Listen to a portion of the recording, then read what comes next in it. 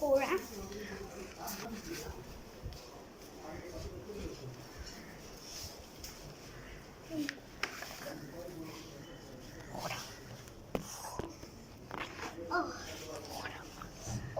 ஏன்னா இவ்வளோ வெயில் ஆகிடுச்சு.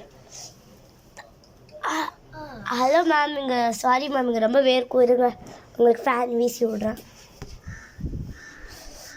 சரி மேம், எங்கே போகணும் மேம்?